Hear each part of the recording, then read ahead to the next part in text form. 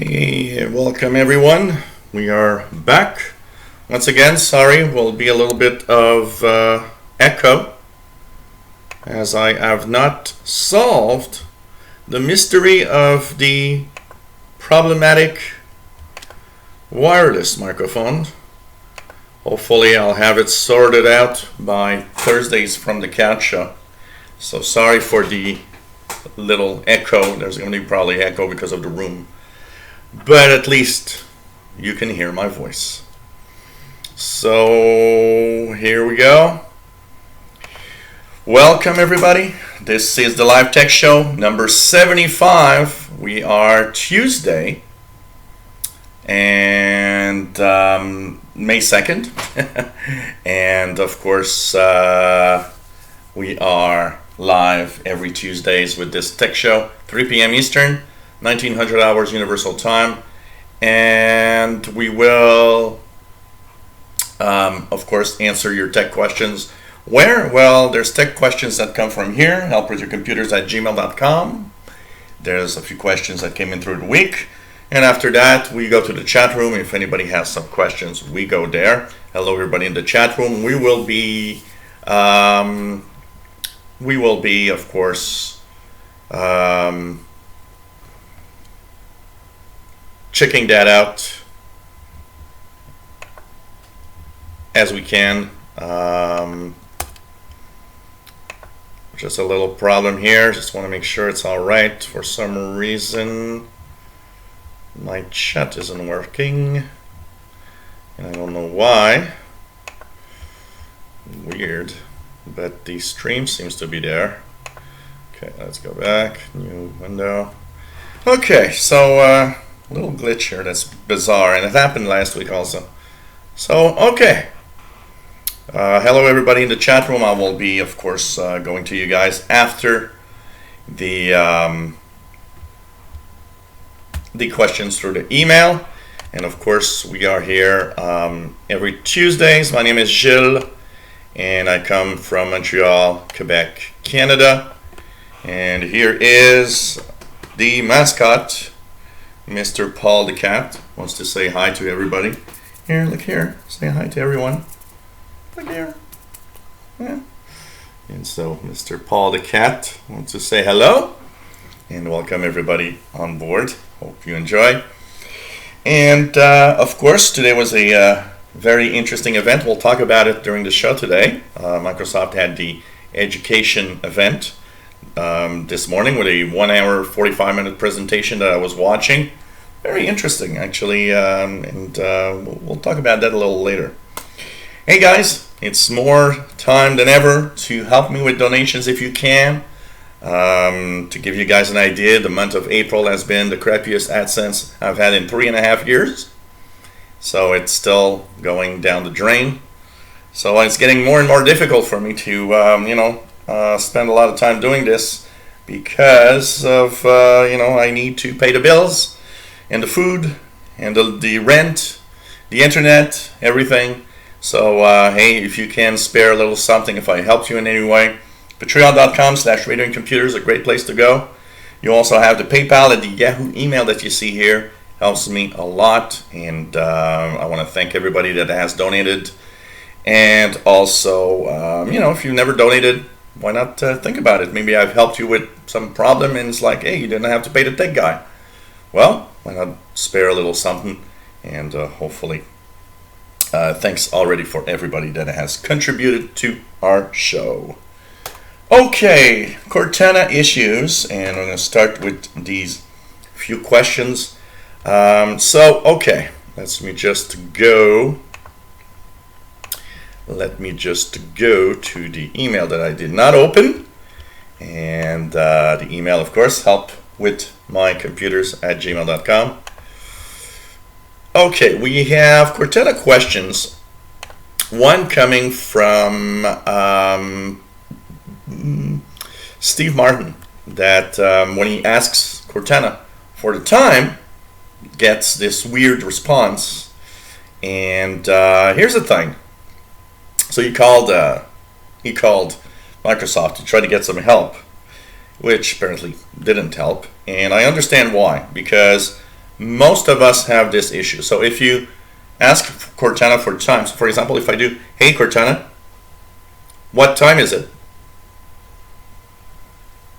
It actually gives me this weird time in Italy right now. And it says that that's where I am. But if I ask where I am, she has actually pinpoints very, very well where I am here. So it's a issue that is known. I don't know if we can get her to pop up here. So sorry, I'm just gonna go back here, previous slide. Okay, let's see if I can. Okay. What time is it? Oh, she doesn't understand. No, she doesn't understand the microphone. Okay. Sorry about that. I didn't hear anything. I know you didn't. So, what time is it? And so, well, it brings me to the alarm clock, so it's not correct, and I don't know why your speech has been having a problem. Anyways, this is the insider preview, so there's all sorts of little things. So anyways, I'm not getting it, but yes, in my computer, I'm getting this out of, really giving me this weird position, weird place, time, and it doesn't work. So first things first. So what can I do? And Steve Martin has that problem. I got that issue. It doesn't work. And there are a lot of you out there that actually have it wrong. I don't know if you guys can try it in the chat room. Would be interesting to see if you get the correct time. Ask Cortana, what time is it? And tell me if you got your local time or if you got some weird time from another planet.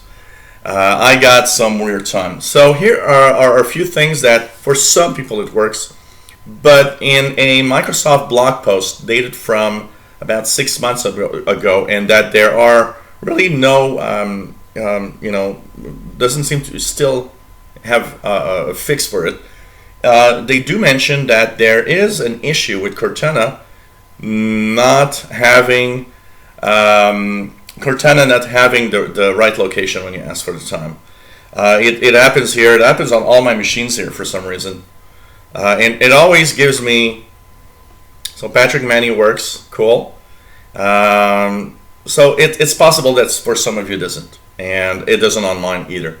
There's really no fix that I can find, and if I ever find one, of course I'll let you know. There's a few things you can try that for some people apparently it fixes the issue.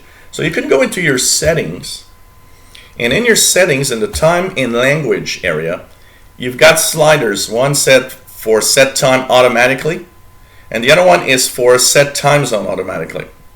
So what they say is turn off the two automatic sliders. Go into the time zone at the bottom, change it. Change it to something that's not your time zone.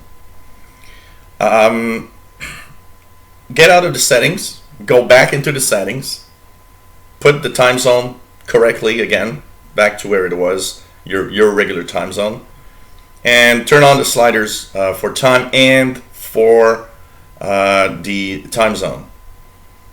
And try it out again.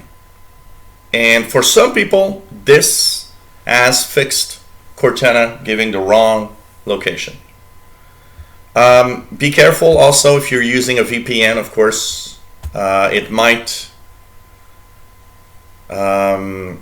it might actually, work or not. I haven't had any, fix for mine, so I know why. And it's funny because for many of us, we all seem to go to the same place. For example, my time comes exactly from the same place that yours is coming, Steve.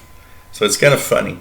So it's possible that it does that. Also, some have the wrong location also. When they ask if you ask Cortana, where am I? You sometimes get a wrong location also. And remember, if you're using a VPN, it's totally normal. With a VPN, it can't locate where you are. So there are some known issues. Unfortunately, nothing that can be fixed at the time. And Microsoft knows about it. Actually, when you called Microsoft, he should have replied to you. The tech there should have replied, well, there's a known issue with Cortana, and they say that eventually it's going to be fixed. Who knows?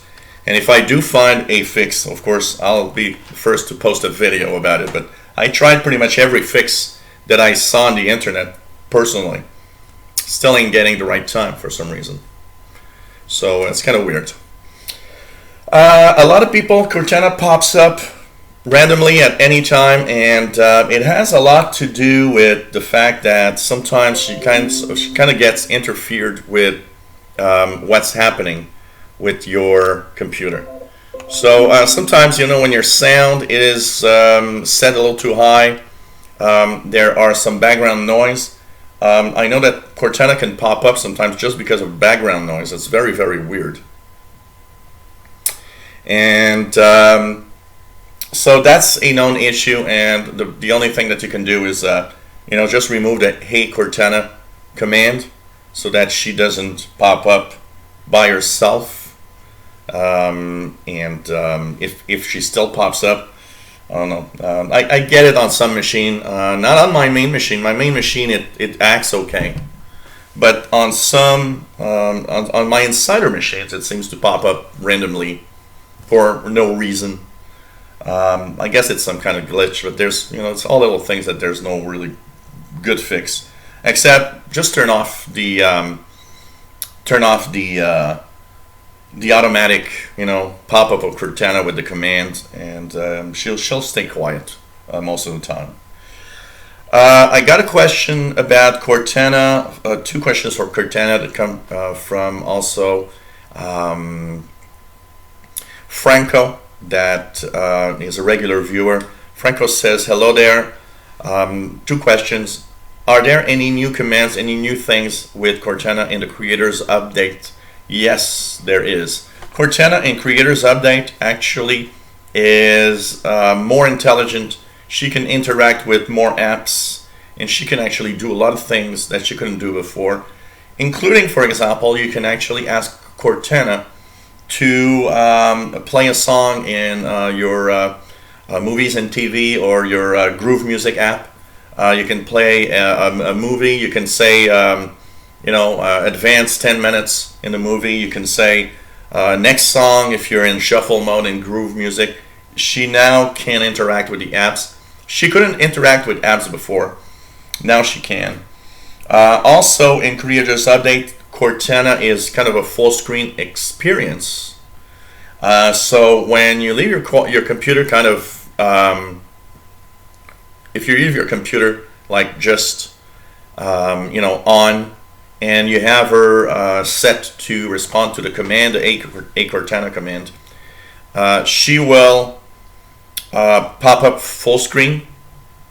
And also there's more interaction with the different apps. So for example, if you have say you would have an appointment in your calendar for Friday at 7 p.m. and then you would have an email from a friend of you that says, hey, can we meet up Friday at 7 p.m. and you forgot about it. Cortana will actually, if you give her the privileges, because the problem, it all goes with the fact that a lot of the privileges that people sometimes don't have, they turn it off because of they're scared of security reasons. But if she has a privilege to read and go on every app, basically she will tell you, oh, you know what?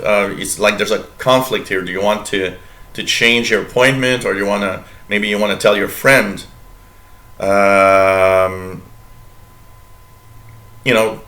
Take another appointment on another day or another time.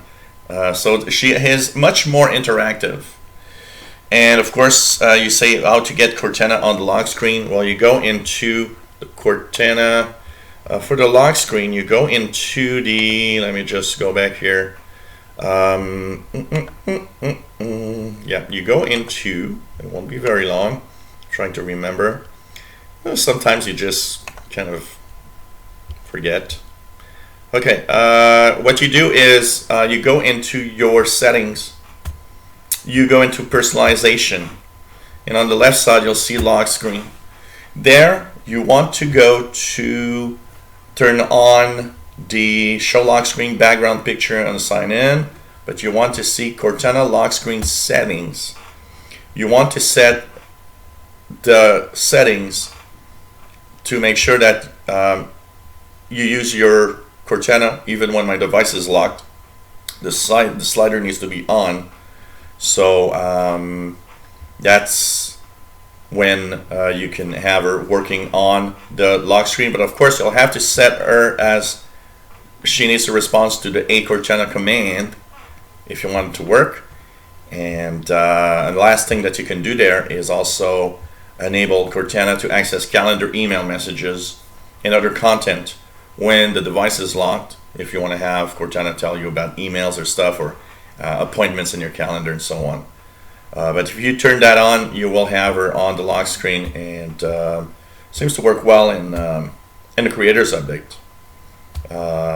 So hopefully you will use Cortana a little more. I've settled back. I used Cortana a little bit, but I've settled back using less Cortana. But I should get back into it, and I want to make a series of videos of what the creators update's bringing with Cortana and showing you how it actually does that job and works. So basically, we'll a set of videos coming up for Cortana, that's for sure. Okay, some more question. Last week we talked about VPNs, virtual private networks, and a lot of you, of course, came back to me and actually asked me a few more questions concerning that. So this will answer the question that come to us from Sandra, that comes from Philip, and that comes from Andre. And so basically, virtual private networks, we were talking about it last week as a way to stay safe on the internet, because it creates a encrypted tunnel between your computer and the computer you're connected to. You can also use the VPNs to connect to remote computers in different countries to get content that you can't see normally. But the questions that came are very interesting, because usually when you answer a question, some people out there actually have more questions that pop up. So can I really stop the snooping from the NSA using VPNs? And what you're saying is, isn't there a way for the NSA to even intercept VPN encrypted data? And here's the thing. If it's point A to point B, no, they cannot, because it is encrypted and it's a good encryption. But the problem is, we know that the NSA has been using a man-in-the-middle thing. So what they do is they set up a server that internet connections go through. And because the encryption is from computer to computer, in the middle there, if they intercept that communication, they would be able at some point to possibly view the content. And they've been kind of using that. One of the companies that's extremely mad at the NSA is Google, because Google says, and the NSA is always snooping on the data from the exchange points that they have. And that's why Google is one of those companies that's right now in court against the U.S. government to stop the spying from the NSA to their networks. Now, will that change anything? I don't think so. But it's a matter of principle, basically. So technically, it makes it harder. But technically, the NSA, with all the money they have to build what is needed, I can tell you, it's like really, they can do pretty much everything they want. Also, one of the question was, what's the easiest way to get a VPN? I don't really want to pay for a VPN. I'm not sure about free VPNs and stuff. The easiest way, if you'd like to have a VPN, is to install the Opera browser. If if you install the Opera browser, which is very compatible with the web because the innards, the core of the Opera browser is the same as Google Chrome, so they are kind of very compatible. But there's a little switch in the Opera browser that you can turn on or off VPN operation, and it's the easiest way basically to use a VPN. You just go there and you simply have the VPN switch on when you need it, and you know that you're pretty much safe. And especially, I think VPNs should be there when you go on, some public networks. For example, if you use public Wi-Fi a lot, you should have a VPN. It's really secures you a lot from the snooping of anybody there. And one of the question was, do you have any videos about VPNs? Well, a series of videos is coming on the VPN services. Bear with me, everyone. I have many types of videos that I want to do. I've got tons of series that I want to actually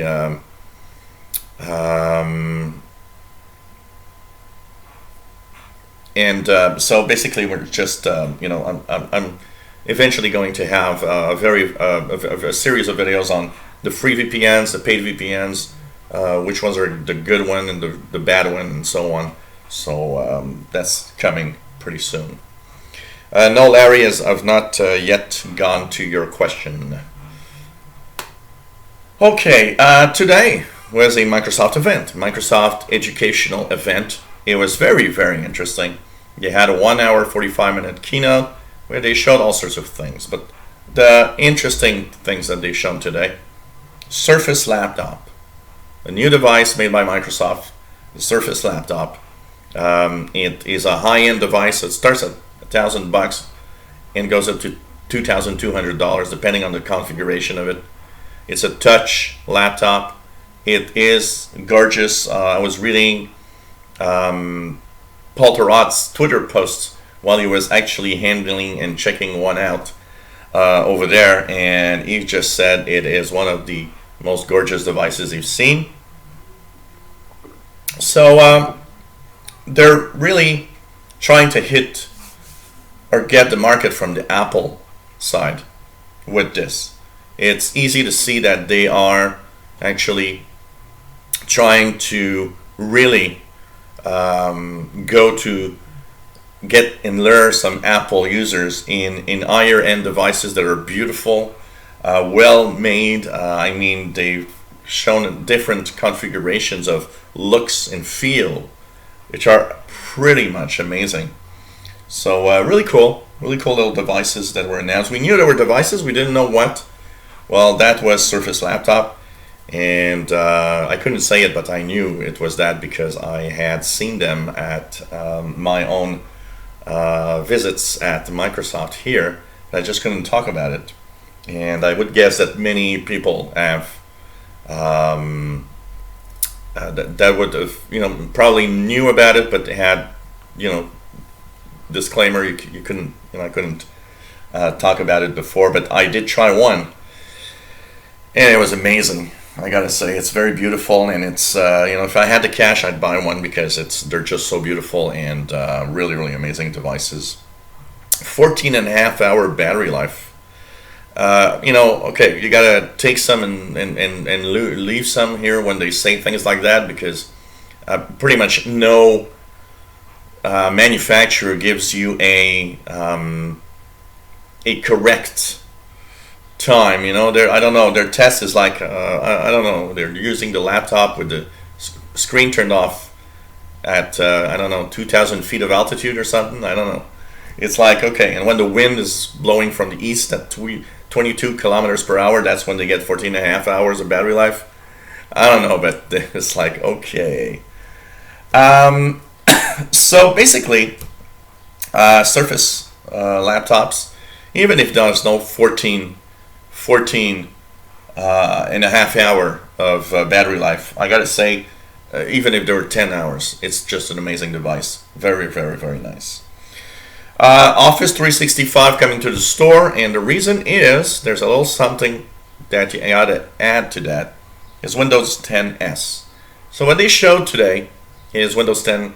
We've been talking about Windows 10 Cloud, and now we know that it will officially be called Windows 10s.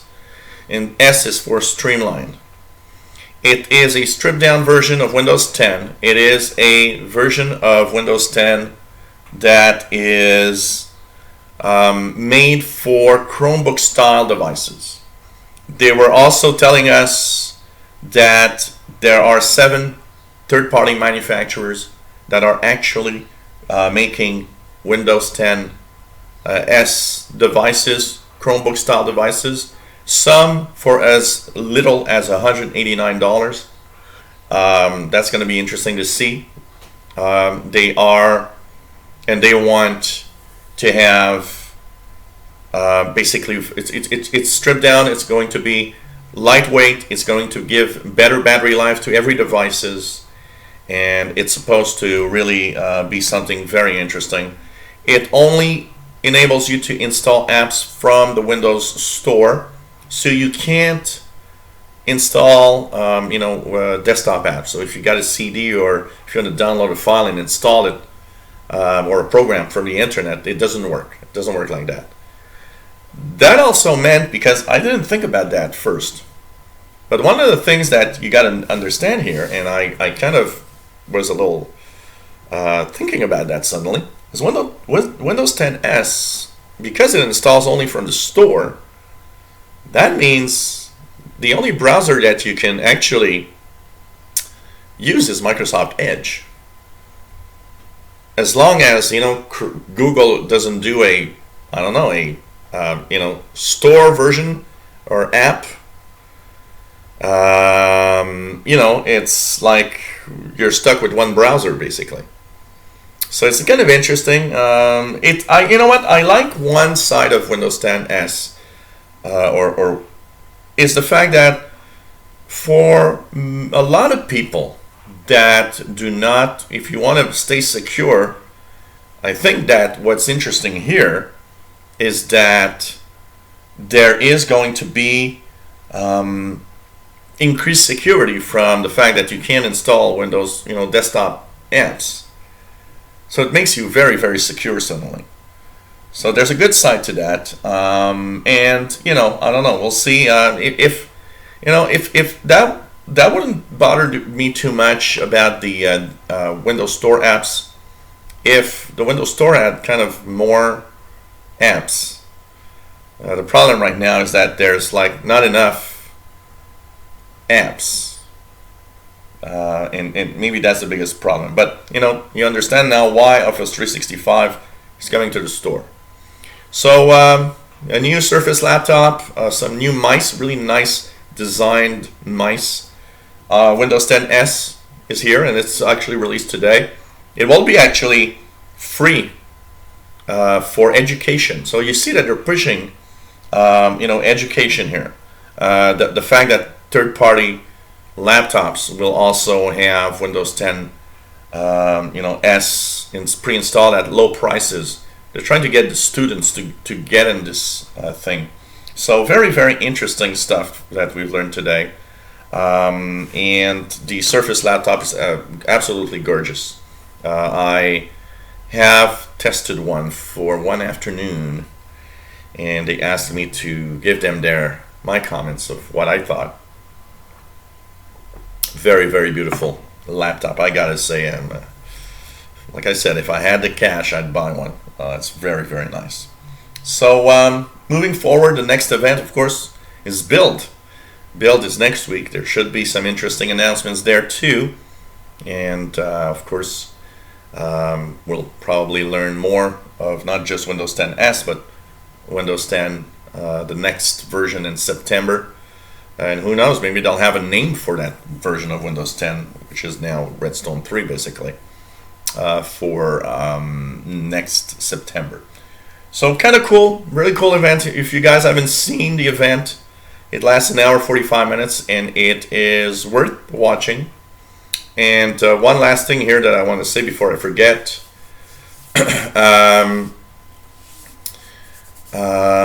Is the for Gripple Pearls is that the Harman Kardon speaker with Cortana is apparently going to be released later this summer. They had finally a demo, a working demo. The funniest thing, and that kind of made me laugh a little bit, because it has no screen, it actually runs Cortana within Linux, which is kind of a very bizarre thing. So anyways, really really amazing to see what's happening with Microsoft. You know, Microsoft is, in the past few years, it's the fact that they are so, you know, they have so much innovation compared to Apple. Suddenly, it's just crazy. So it's going to be interesting to see what happens, and really nice announcements again today. Very, very well done event also. Routers questions. Routers, but before you know, Tim, it happened to me the other day also. It does that from time to time. The chat, it kind of stops, and then you get a batch of. It happened last week when we were in retro gaming. It would come in batches for some reason. I think there's some kind of weird thing with the chat sometimes. So a question comes to us from Walter. Walter says that, okay, he's in the process of buying a new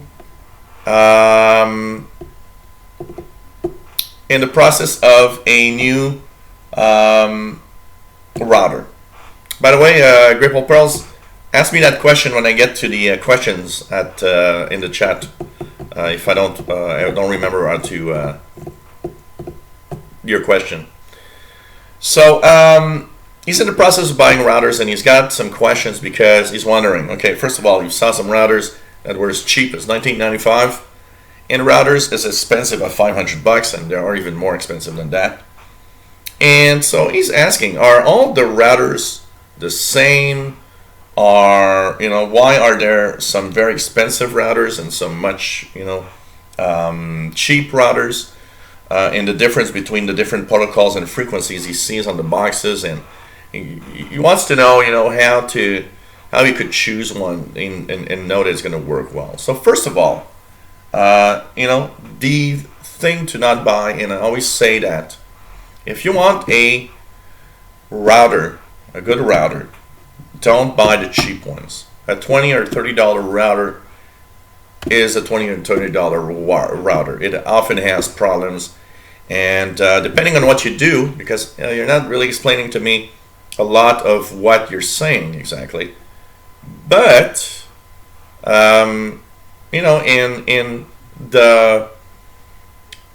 the more you actually will solicitate your router, the more you do things. Here I'm doing live shows and having several devices connected while the live shows are doing and everything, and it's asking a lot of my router. A more expensive router is better than a less expensive. Remember that they're like computers.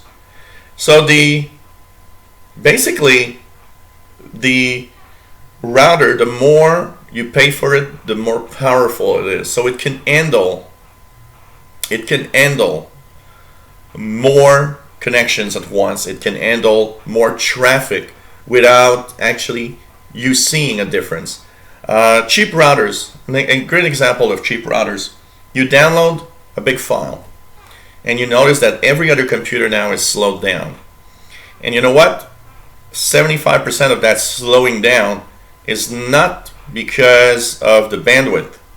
Most of the time it's because your router is now sending so much data that it's the router itself that's saying to all the other devices, hey, wait, I'm going to give you what you want, but you got to wait for it because I'm really, really working hard here.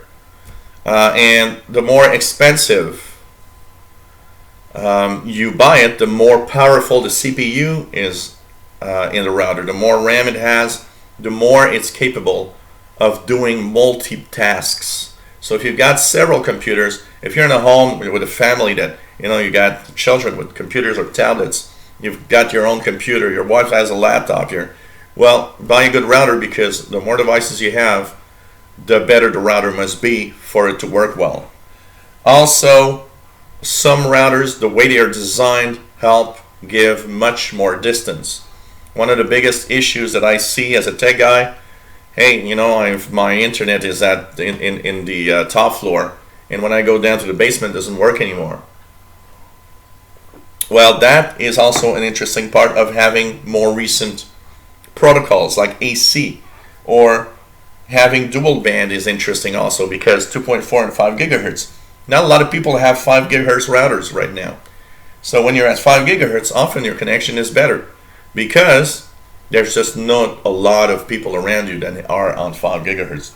Here, when I check 5 gigahertz, I get only me and a faraway neighbor. So there's not a lot of people. But if I look at 2.4 gigahertz, there's 70 different connections around me here. It's amazing the amount of people with Wi-Fi. So basically, also an AC router, the new AC protocol has better, better congestion managing. So in areas where there's a lot of Wi-Fi around you, it will generally have a better way of connecting with your devices, give you a more distance. Also, there's features in routers that you need to know. For example, my router, which is an Asus router, which is based on the Archer C7 architecture, which is about $120 router, is also supports your printer. You have a USB port. You can plug in any printer and have your printer shared across your home, which is pretty cool. So if you don't have, for example, a Wi-Fi printer, well, you can turn your regular connected printer into a network printer thanks to the router. You can also have hard drive, an external hard drive plugged in with all sorts of media, your favorite songs and movies and TV shows on it, and that will stream across devices. For example, if I plug in my an external hard drive on mine that I have here with TV shows, well, my TV can stream directly from the hard drive thanks to the capabilities of networking of the router. So there's a lot of stuff, depending on the price you pay, that are added to routers. And yes, generally, the more expensive it is, the better it will be. And one that I always say not to buy if you need distance, the manufacturers tend to always try to make the things, kind of cool. They don't want antennas sticking out of their devices, so they put the antennas inside the device. Try to avoid those.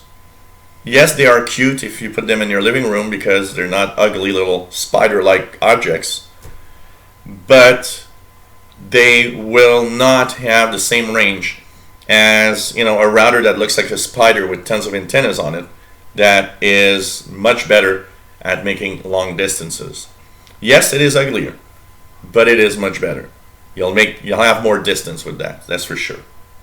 So whatever you choose, don't go to the cheap ones. Make sure that you get something that's good and that you do not, buy. I would avoid N routers today. Get an AC router. I think it's the bare minimum. There shouldn't even be N routers anymore.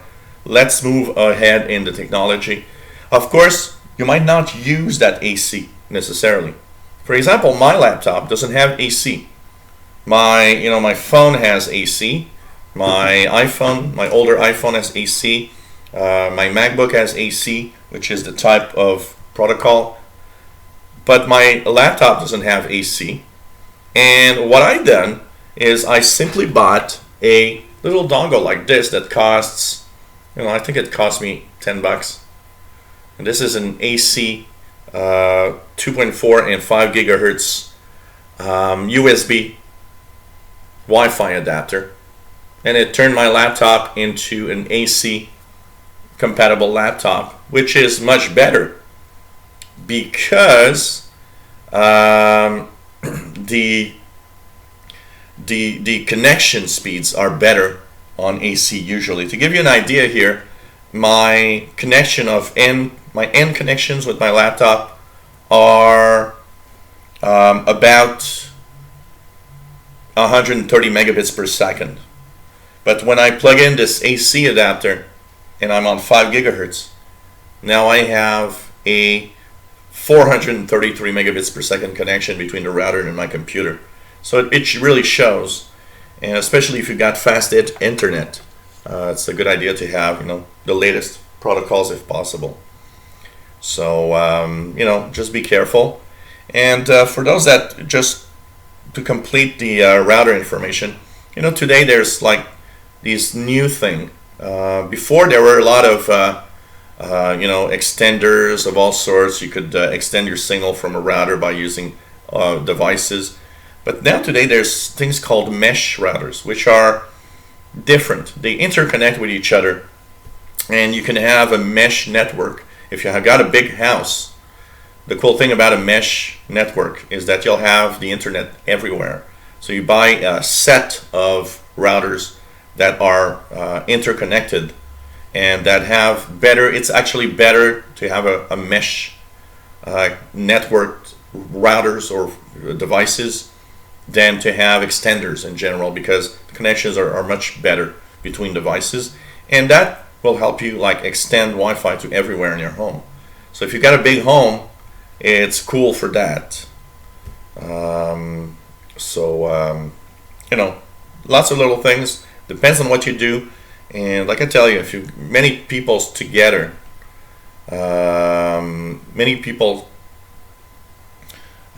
if you have a family and there's multiple connections, or if you have lots of technology, remember, you got to think about every device you've got. How many devices connect to your Wi-Fi? Here, there must be probably 15 devices in my home that all connect to my Wi-Fi router. So, gives you an idea that the more you have devices, the more you should pay for your router. And just to give you an idea also, the other one I had was an N router. It was a Linksys, which was a $100 model. It was a more expensive router. And you know what? That new one that I have now from Linksys is actually way better at doing the job, and it shows on my streams. Since I've changed my router, my streams are much more solid in the 1080p output of the video. So the heavier the use you have for your internet, the better the router needs to be, for sure. Okay, what else here? Bluetooth question, and that comes from Dennis. Dennis says that he loves my show, been watching the last few shows. He wish he would have known it existed way before. He learned a lot of stuff, and thank you very much. And by the way, thank you for the donation. You've sent me, Dennis sent me a little donation. Very, very nice to have you on board. And thank you for the donation, by the way. Okay. He says that he's heard about Bluetooth. He's looking at some Internet of Things devices that he likes to buy. Some of them are Wi-Fi. Some of them are Bluetooth. And he's wondering what is Bluetooth and what's the difference. And he also notes that his laptop does not have Bluetooth, and he thought that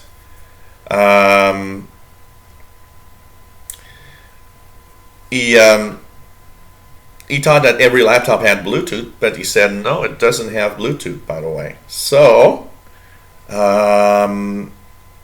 okay, what is Bluetooth? It's simple. And how is it different from Wi-Fi? Because a lot of people are mixed up with that.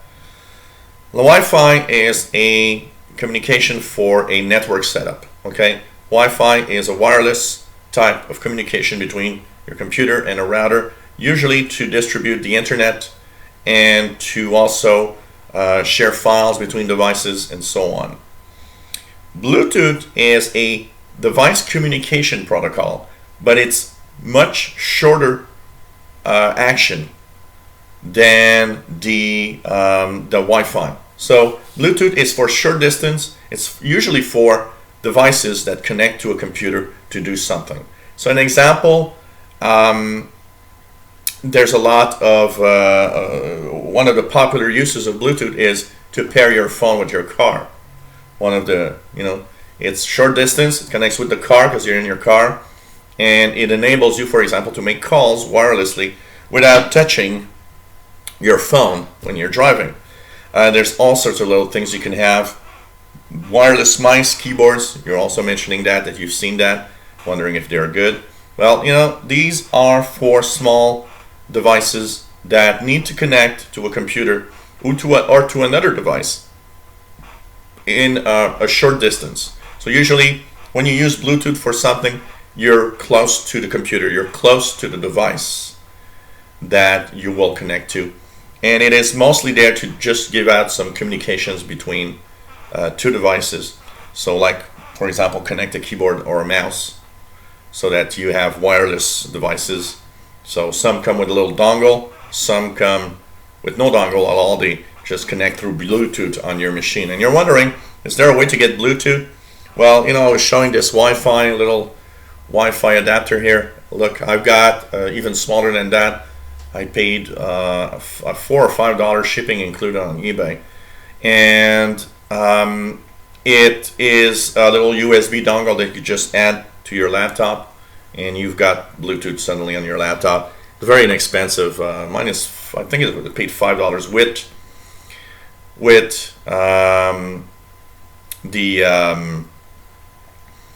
the shipping, and it's a one of the latest Bluetooth 4.0. So it's really a little, I don't know who the hell named it Bluetooth, but it's the name that it's got. So anyways, short action communication system between devices, where Wi-Fi is more of a wireless signal that gives you internet and has your computers, interacting with each other, sharing files and stuff like that. You can also share files with Bluetooth, but it's not as fast, and it's mostly made for small little devices that you want to connect for some reason on your computer or in between devices. Hey, the chat room, and before we do this, I will answer or check out, there was a question that I didn't have time to do this slide, and it's error message at the bottom of is Microsoft Edge. It's Larry that has a issue with extensions being need to reinstall them all the time. There is an issue with some extensions. I don't know how many extensions you're using, Larry. I'd like to know which ones you're using actually. You know what? On my Edge browser, I've not been using extensions at all because I've noticed that the Edge browser seems to not be totally working really well when there are some extensions in it. And I have seen that error message myself before. Have you tried just completely uninstalling every extension you have, restarting your computer, and reinstalling the extensions one by one to see if it fixes that issue? That's one thing. That's one thing that I'd like to know. Hopefully,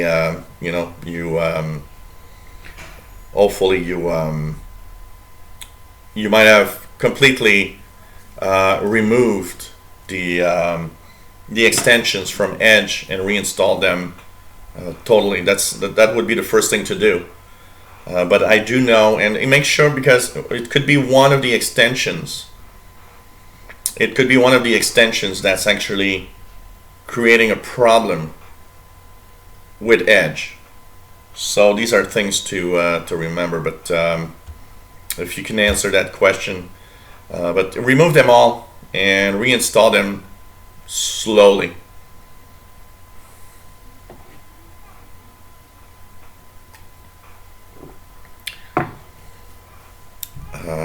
So just reinstall them and see if it works better.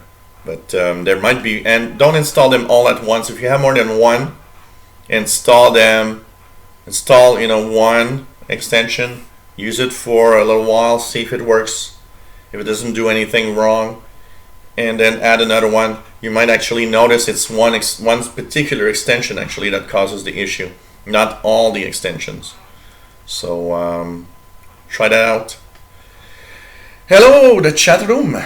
How are you, everyone? And of course, today is the Windows Insider Hour at 6 p.m. So Eastern Time, 2200 UT, just to say hello. Nice to have everybody here. Why does Edge show blurry fonts on websites? You should not have blurry fonts on websites. In what type of device and what website are you using? Hey, Bobby Burgess, Tim Robinson, Douglas Elliott, Jason Redux, Alex Tuttle, Gripple Pearls. And by the way, no, it doesn't use data because Bluetooth is a connection direct from your phone to a device, not a. It's not a connection like Wi-Fi or your data plan. It doesn't get things from the internet. It's there to communicate between your phone and another device, not from the internet to your device. The only thing that it could use your data plan is if you would use Bluetooth to share the internet. Now, yes, it would use your data plan because it uses the Wi-Fi, or not the Wi-Fi, but the internet from your data plan. But in general, it doesn't use anything from your data plan or Wi-Fi because it's really just communicating between your phone and another device, direct, point to point. Yeah, chat is sometimes a little weird. Thank you, Tim, for your donation. Nice to have you on board, and thank you for the donation, by the way. Bluetooth is after a Norse king. Possible. I've never really actually bothered to check out why it's named Bluetooth. So, nice to have everybody here. Gilles, is there emulators for iOS as well as for Android for Windows PCs? There is no for iOS that I know of, but for Android on Windows PCs, there is BlueStacks. There is what is it, DuOS or something like that. BlueStacks is not bad, but it has ads and is a little annoying by moment. But the other one, DuOS, is good, but it's not free. But it tends to be a little slow. DuOS, I find it a little sluggish. It does feel a little sluggish. But as for iOS, I've never seen an emulator for iOS on Windows. Hey, Sean Robinson, nice to have you here. Peter Sargent, hello there. Nice to have you here.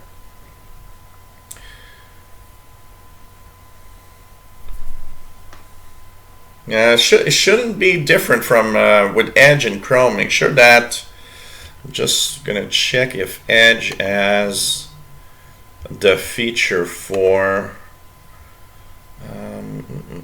Let's check the settings of Edge just out of curiosity here. Make sure. What else do we have here in advanced settings? Trying to see here if there's something I can say to you, but make sure that there's something I remember seeing about clear type fonts or something in Edge. Maybe there's a setting that's turned off.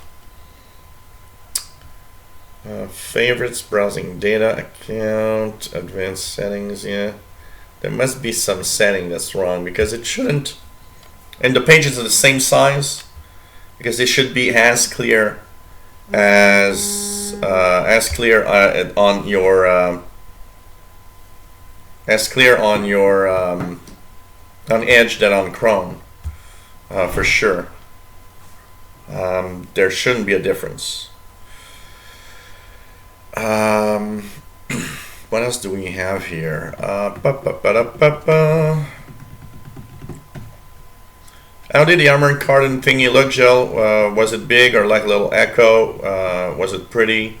Came in colors. Okay, so today they didn't show that, by the way, Gripple Pros. If you want to watch the event to see if they talk about that, they haven't. What I'm talking about is I saw a article about it in last week, and that's where I learned that it actually is a Linux device that runs Cortana. It is small. It's like the Amazon Echo. It's as small as an Echo from Amazon. And it, from what I don't know if it comes in colors or anything. The only one they showed was like the kind of dark metallic gray or something like that. And there's a blue ring that lights up on the top. It doesn't have a screen or anything. Looks interesting, but it will be better when they officially bring it out and that we can actually see somebody using it for sure. Alex Seja, I got a big problem with Windows 10 Creators Update my laptop to the point where it messed up my PC. Really? Did you force it or did you wait for it to arrive, Alex? Did you force it to arrive? It seems clearer and clearer that almost everybody that has forced the update, not almost everybody, but I mean almost everybody that have problems are almost all people that force the update instead of waiting for it. So there's really a reason for waiting for it when you see that.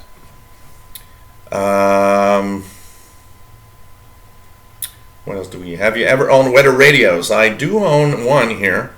That is a weather radio only with alert and everything from Uniden, Bobby. It's kind of cute. And it has only the weather channels, and that's all it does. And I can leave it on, and there's kind of a mute. And when there's a weather alert, it actually it does either two things. Either I can have it show, give me a siren to alert me, or I can put it that when there's a alert, it just automatically turns on and makes me listen to the weather broadcast. It's kind of cute, kind of nice. Larry Elifritz, hello there. Is iOS the operating system on Apple and Mac devices? No, it's different for Apple devices and Mac computers. Apple devices like the iPad and the iPhone and the iPod Touch have iOS. It is a mobile operating system. Mac computers has OS 10, which is, or now is called Mac OS, which is a different operating system than iOS. And actually, what a lot of people would like is that maybe there would be kind of a merge of the two operating systems, but right now it's really two separate operating systems. There's the Mac operating system, Mac OS, and there's the mobile operating system for iPads, iPhones, and iPod Touch, that is iOS. It's different. You can't run or get iOS apps in your Mac OS computer. It has its own app store, so it's really two different systems. Douglas Elliott says Bluetooth was named after the 10th century king, Harald Bluetooth, king of Denmark and Norway. Huh. Interesting. Thanks for the highlight of what Bluetooth is. I will have a new knowledge today about what Bluetooth is, why it was called Bluetooth and where it comes from. So okay, no problem, Alex. For the next show, just send me your email. I will be looking at it for Windows Insider Hour a little later. And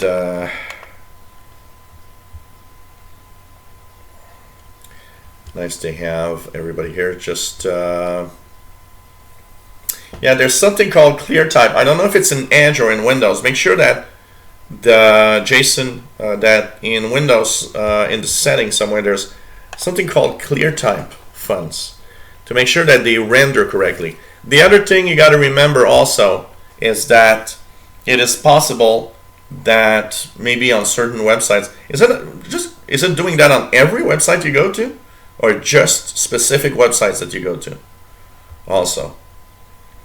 Hey Alexander Herrick, nice to have you here. And talking about NDOS. Okay.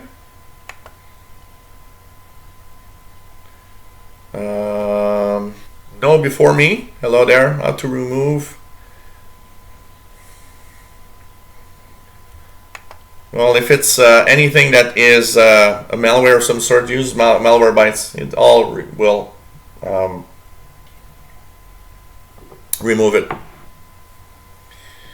Why are Mac computers more expensive than Windows computers? It's simply for two main reasons. For the design, you know, the simple way that the design they try to, you know, Apple has always tried to make works of art out of their technology. They want to not only be it functional, they want it to be beautiful. So you got to pay for that at a certain point. But also Apple is, you know, we call Apple a premium device company. They don't want to go into the cheap stuff. And they also have a much higher markup for each thing that they sell. So to give you an example, Acer would sell a Windows laptop and probably doesn't make more than $50 or $100 profit on it, where Apple sells you a MacBook and probably makes $700-800 of profit on it when you buy a high-end one. They make a lot more money on their devices also, but you know, they kind of want to have their own high-end thing, basically.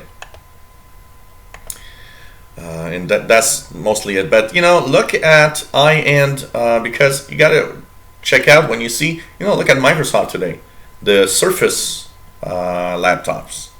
They're very beautiful devices. They are almost works of art computers. You know, they're beautiful and they are computers. So you see also that they are above $1,000. They are very expensive. They all are in the same price range as Apple, and that is because also of that fact that once you start making really beautiful devices, you know, like my laptop I have here, I paid $1,200 for it, the main laptop I use. But everywhere I go, when somebody looks at it, says, "Wow, it's beautiful," because you know, all of it is made in brushed aluminum, and brushed aluminum it makes it really beautiful. I paid not only for a powerful computer, I paid also for a computer that had a nice design also.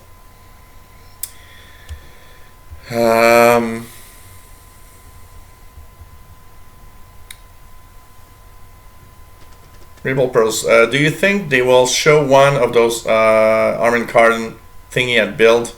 I don't know. I don't know if they'll show any of that. If they talk about Cortana, there could be.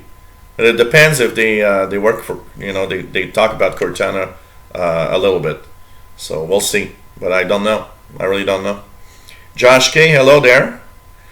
Larry Fritz says, I have a weather radio that gives tornado and severe thunderstorm warnings. Cool. There's severe weather occur in Canada, of course. Here in the summertime, we get some really, really heavy thunderstorms. Pretty amazing. You know, here July and August is tropical weather. It's like we're almost always between 25 and 30 degrees Celsius, summertime. And it's very humid, so there's often very big thunderstorms, very intense thunderstorms here.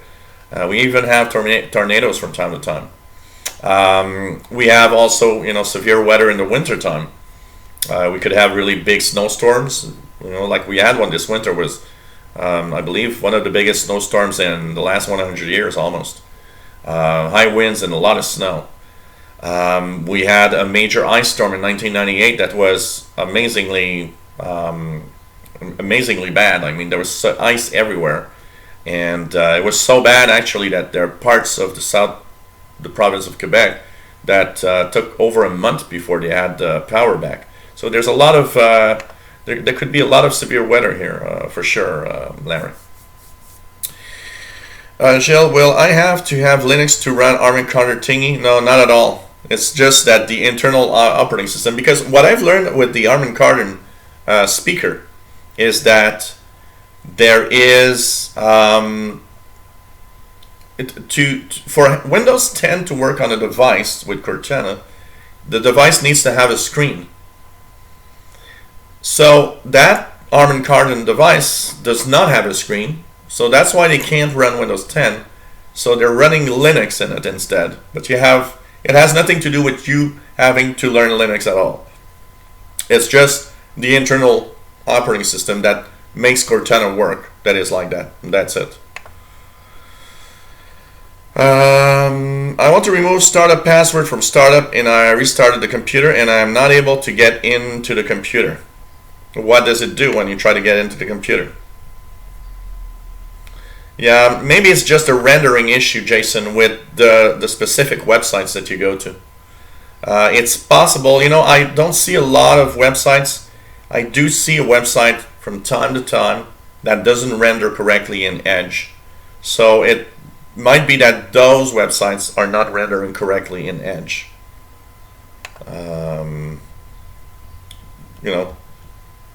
That's it.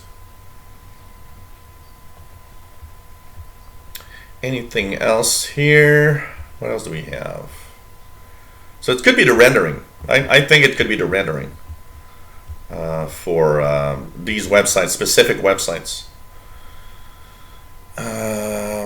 What else do we have here? Thanks for sharing that link, Tim Robinson. Siski removal. Gripple Pearls. She will have to make some space on my hard drive for cumulative update.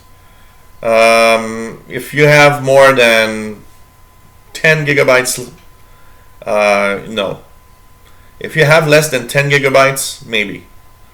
But if you have more than 10 gigabytes free, I don't think you'll need more space. It should be okay. Should be okay.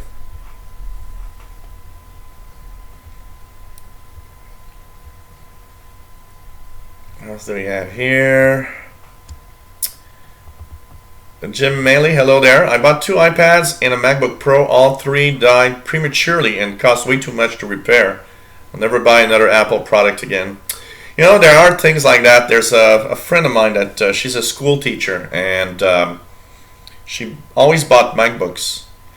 And she bought a MacBook Pro about 3 years ago. It's not very old. It's about 3.5 years. And the logic board has a glitch. So sometimes you turn it on, and I fiddled with it, but I said, no, look.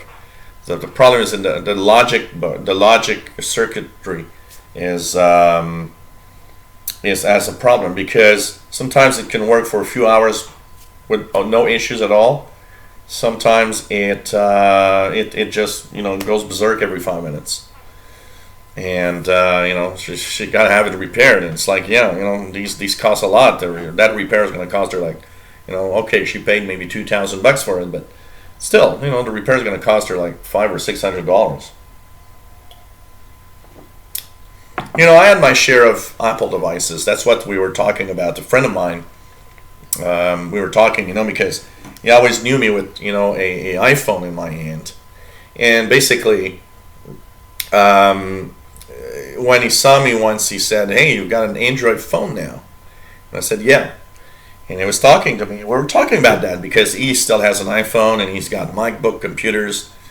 And it was like, did you stop buying Apple products? And I said, look, I had my share of Apple products. I bought an iPad, an iPod Touch. I had 3 iPhones.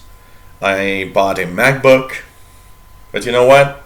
After using all of that, I don't see why I want to buy another Apple product. Maybe, but even then, I'm not sure. One of the things I'm looking at that I'd like maybe to have is a more modern tablet, a good tablet that works fine. And one of the things that of course, came to mind is maybe I could buy a smaller iPad Air or something like that, which I do find kind of nice, and would at least keep me in the Apple side a little bit. My buying Apple products was mostly derived for my tech job, because as a tech guy, you go to people's house, and they'll have a Windows PC and they'll have a Mac. Sometimes it's like if the family is all mixed up. The husband has a PC, the wife has a Mac, the children have iPhones, others have Android devices. My main reason why I bought some Apple products was mostly to make sure that when somebody asks me a question about that, I know what I'm talking about, and it doesn't look like I don't know anything. But apart from that, I'm not a big fan of MacBooks or anything like that. If I have $2,000 to spend, I'd rather spend maybe about $1,000 to $1,200. That's around the price that I pay my PCs. I'd spend $1,000 on a PC instead. And actually, for $1,000, your laptop PC is more powerful than a MacBook that costs $2,000. And I would take that other $1,000 and buy a tablet and buy other stuff. I'd have multiple devices at least for $2,000, rather than one computer. It's very interesting the way people. And unfortunately, some people had bad experiences with Apple products. I have a friend of mine that had two iPhones, and they stopped working after, I don't know, I think, the first one about a year and a half. He was still in his contract, and the other one's like barely after a year of warranty. He looked at me and said, "The hell with Apple products." And it's like, yeah, but most of the time they do last for a long time.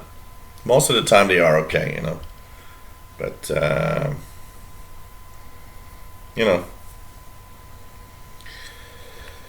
But I will not. I'm not going to go. I'm not going to go to. I would not buy another. I don't see myself in the near future buying an Apple product. Not for now. But it's okay. I mean, they are nice devices and everything, and most of the time you were unlucky to have so many devices.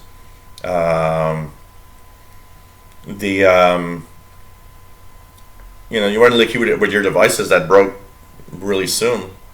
Most people have devices that last for years. What else do we have? Okay. Tim says, booted USB to install Linux on external hard drive with Rufus and all variants, boot and UEFI, GPT, and VR. Each boot, I have no mouse or keyboard. All USB are set to allow all USB in legacy and BIOS. So UEFI, okay. Yeah. Jason, in Windows 7, you could ignore certain Windows updates, but in Windows 10, they just download automatically. I'm always conscious that Windows is installing things without my consent. You know what, Jason? What they are installing is really, don't go crazy over that, because what they're installing is mostly, first of all, a lot of them are mostly security patches, especially on Patch Tuesday. But on, in the cumulative update, they usually just update or fix bugs and stuff like that. But one thing you could do, if you have Creators Update, first of all, even if you don't have Creators Update, if you're on Wi-Fi, there's metered connections. You can go into your settings in Windows 10, click on your Wi-Fi connection, and you will see something called metered connection that you can turn on. Metered connection up to Creators Update stops all updates from installing. Now, word of caution, I don't think it's a good idea, especially for the security ones. If you're in Creators Update, you have it available also on the Ethernet connection now, which is cool. And it is different. It lets security patches go through, but it will stop regular cumulative updates that are not security updates. So you can play with that and have not have all the updates. I think that's something you can try. Just use metered connection to stop the updates. What else do we have? So I just got this again yesterday. KB31505113. The other one was successfully installed on 21 April. Called update for Windows 10 KB31505113. Yeah, I know that they've reissued some updates for certain things, so I don't know. Maybe there's something there. But 31505113. If I look at that,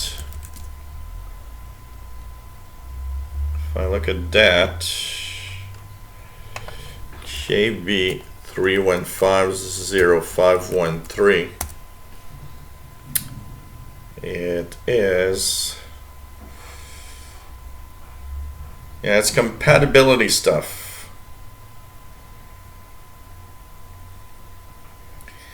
It's compatibility stuff. They are sending out these updates to people that are not yet on Creators Update in order for them with the telemetry to know when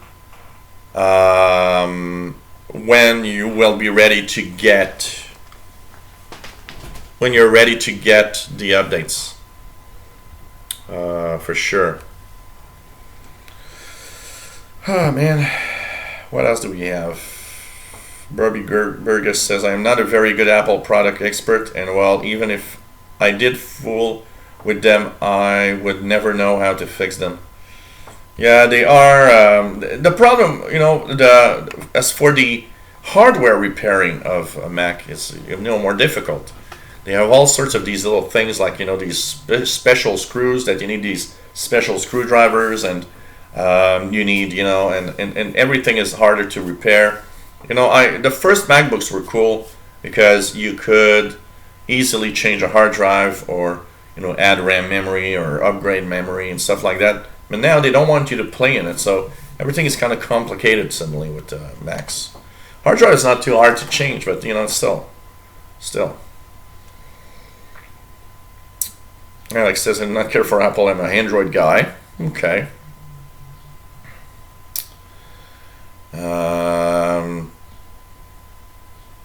No, they're really compatibility, Ripple Pros compatibility updates. They are doing checks on your machine to see if you'll be ready to get Creators Update.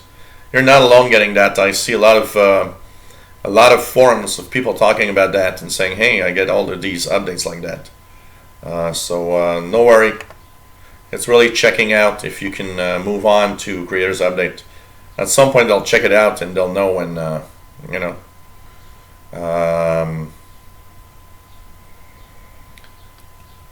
you'll get it. You'll get Creators Update thanks to that.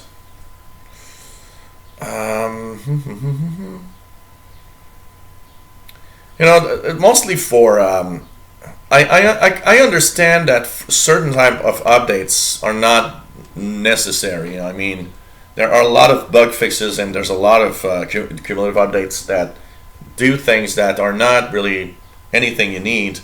I just pressed the quickie button here. So I'm going to go back to Documents and get this back here. Here we go. So, anyways, what's very important is the security updates. Patch Tuesday is extremely important. That really needs to be in there because it fixes so many security holes in Windows and different products like Flash that it is extremely important.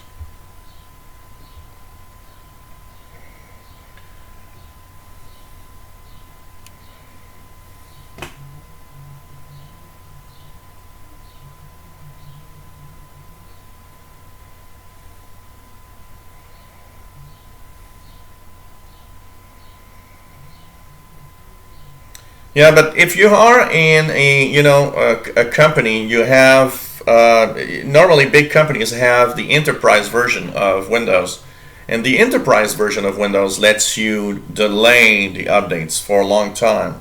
You have much more flexibility as to when these updates are installed, because you get the enterprise license, which doesn't have the same options. So they have more options that they can delay update, and now you can manage them and test them out on one machine and see if it's working well before you deploy them on everything. Jason loves Creators Update. It's nice. I like Creators Updates. Pretty nice. Pretty nice.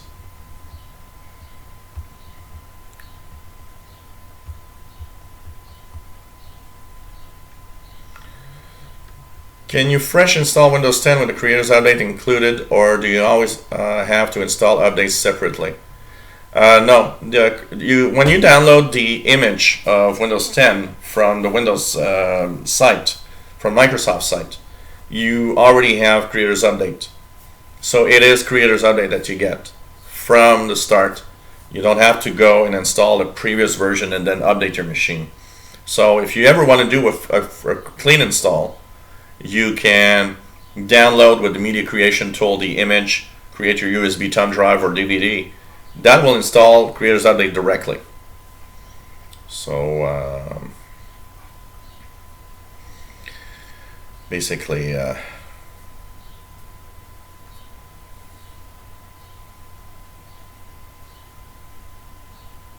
else do we have? Nope, Patch Tuesday, Great Bolt Pearls is next week. Next week's Patch Tuesday. It's always the second Tuesday of the month. So Patch Tuesday is next week, basically. What else do we have here? Anything else? Anything else? Lady Doors, hello there. I there have a 5-year-old PC. When do you think I'm going to get Creators Update? Nobody really knows, because it's something that comes depending on your hardware and your software, what you got installed. I've been very, very surprised to see some 4 or 5-year-old PCs already get it, and it's really funny. And I've also seen some really recent devices that don't have it. So it's just funny. And here's our mascot again saying hello to everyone. Douglas Elliott says, I did a force install, Jill. What problems could this cause? I am getting an intermittent blue screen. Yeah, it could be that one of the drivers on your machine might not be ready for the Creators Update. What I would say is try to note down, if you can jot down and tell me exactly what the blue screen says, the file and error number, is it different all the time or is it always the same? That is the other thing that you need to know.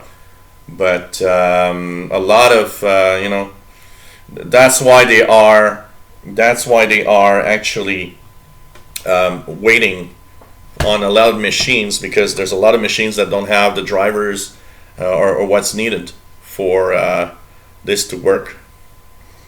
So yeah, Grateful Pearls. Hey, this is a pet from Grateful Pearls.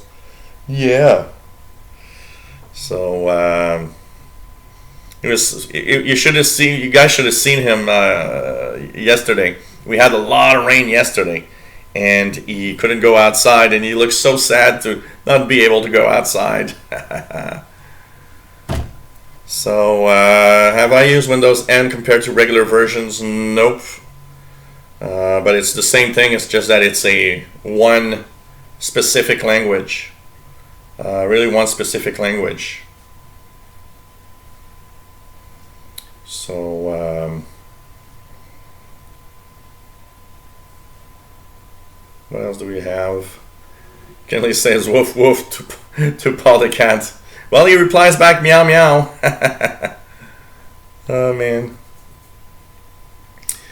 Alex Tuttle says he's getting Western Digital Black 512 gigabyte performance SSD. So pretty cool. That's gonna make that's gonna be a fast hard drive. Yeah, it could be one of the drivers, Douglas. Maybe because when you upgrade to a new version like the Creators Update, sometimes some drivers or some part of the system isn't compatible yet. That's why a lot of people don't have it. There are some checks, and they might say, they might, say, well, the display driver is incompatible, or the, whatever, Wi-Fi driver is incompatible. Check the error message and Google it, and check if it gives you a file name of where it's having a problem. You might actually find it.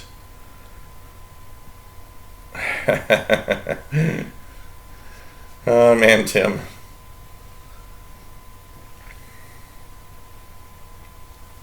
So apart from that, 6 p.m. today we are having, of course, our Windows Insider Hour, and we will talk about, of course, the latest build, 16.184, and I've got tons of problems with it.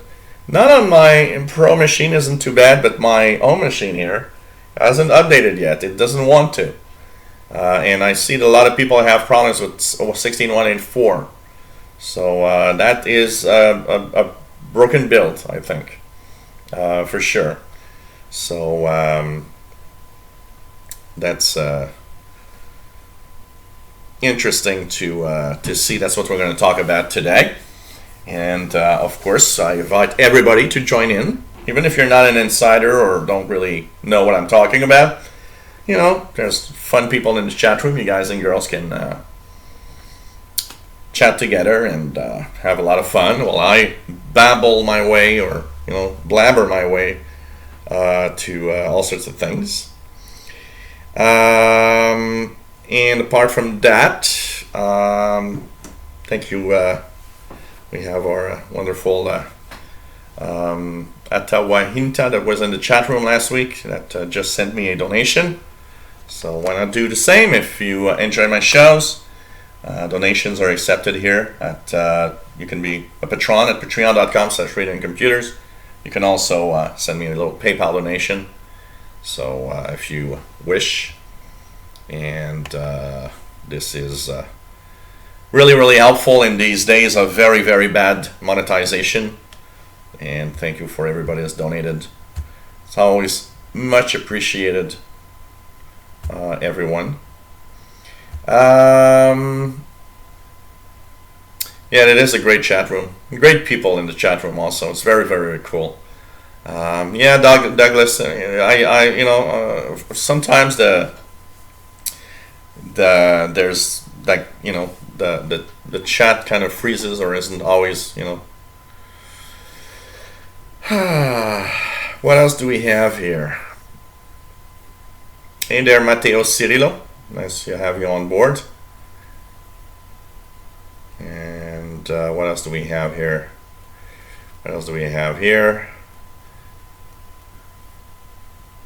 Thank you very much for the donations. Nice to have you on board. Atawahinta also. Nice to see everybody. One quick note, next week, of course, is the build. It's build. Build is really that probably one of the biggest times of the year. Although, you know what? I think today we had the biggest announcements of the year from Microsoft with the event they had this morning. But so Build 2017 is coming May 10th to 12th. So it's going to be interesting to see. And it even says here it's sold out. So it's going to be interesting to see here. There will be, of course, keynotes of all sorts and all sorts of interesting stuff probably coming out of there.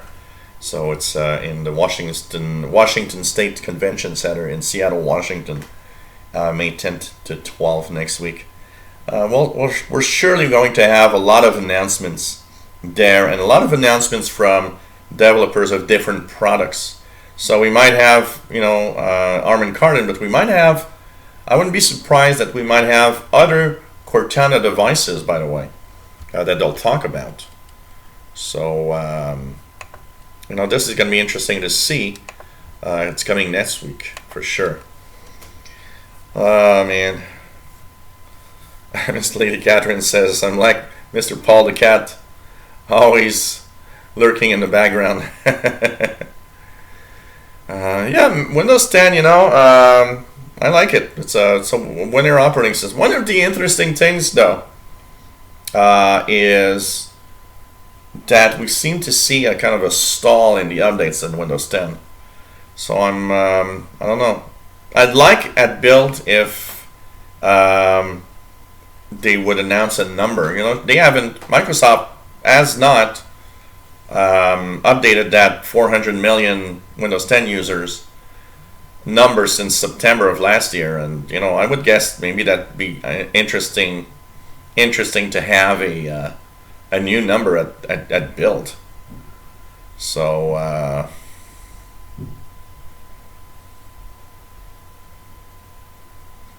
yeah, they do exactly, Gripple Pearls. They need to well, they do have the Cortana dev kits available.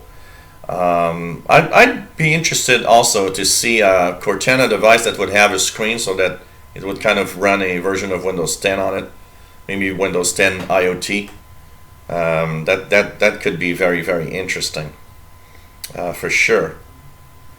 So hey everyone, we've been on for an hour and a half, which is the regular time of for the show. So hey, thank you everybody. Thank you for everyone that has donated. Thanks for being here. We are going to have a little something to eat. I have one beer left in the fridge, so I'll have a beer with the Insider Show. And so this was Live Tech Show number 75. Came to you from Montreal, Quebec, Canada. My name is Gilles. And,